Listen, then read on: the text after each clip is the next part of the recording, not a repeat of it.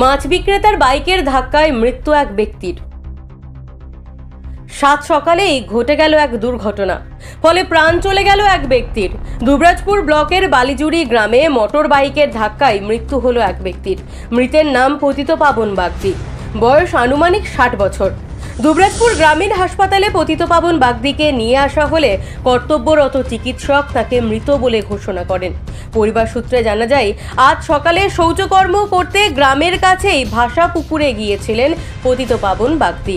পুকুর থেকে পিচ রাস্তায় উঠতেই পতিত পাবন বাগদিকে ধাক্কা মারে এক মোটরসাইকেল আরোহী। সেই সময় লোকপুর থেকে মাছ নিয়ে দুবরাজপুর বাজারের উদ্দেশ্যে যাচ্ছিলেন, আর সেই সময়ই ঘটে গেল এই দুর্ঘটনা। ঘটনাস্থলে পৌঁছায় দুবরাজপুর থানার পুলিশ। মৃত ব্যক্তির দেহ ময়না তদন্তের জন্য সিউড়ি সুপার স্পেশালিটি হাসপাতালে পাঠানো হয়।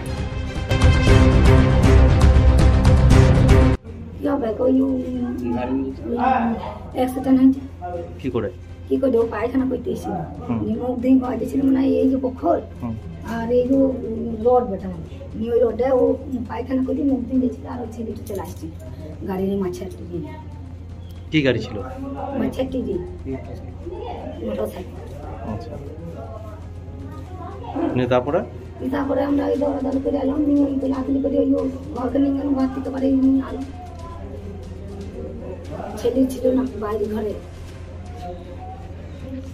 আপনাদের বাড়ি কোথায়? বালিজুড়ি। রাস্তার উপরেই ঘটেছে ঘটনাটা? রাস্তার উপরে। আর যে মাছ নিয়ে যাচ্ছিল বাইকে করে, তাকে কি ধরতে পেরেছেন? আচ্ছা, ওর কোথা বাড়ি? হ্যাঁ,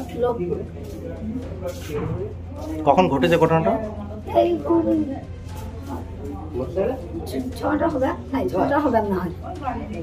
আপনার নামটা? হ্যাঁ, দুবরাজপুর থেকে শেখ অলি মোহাম্মদের রিপোর্ট, বীরভূমের খাস খবর।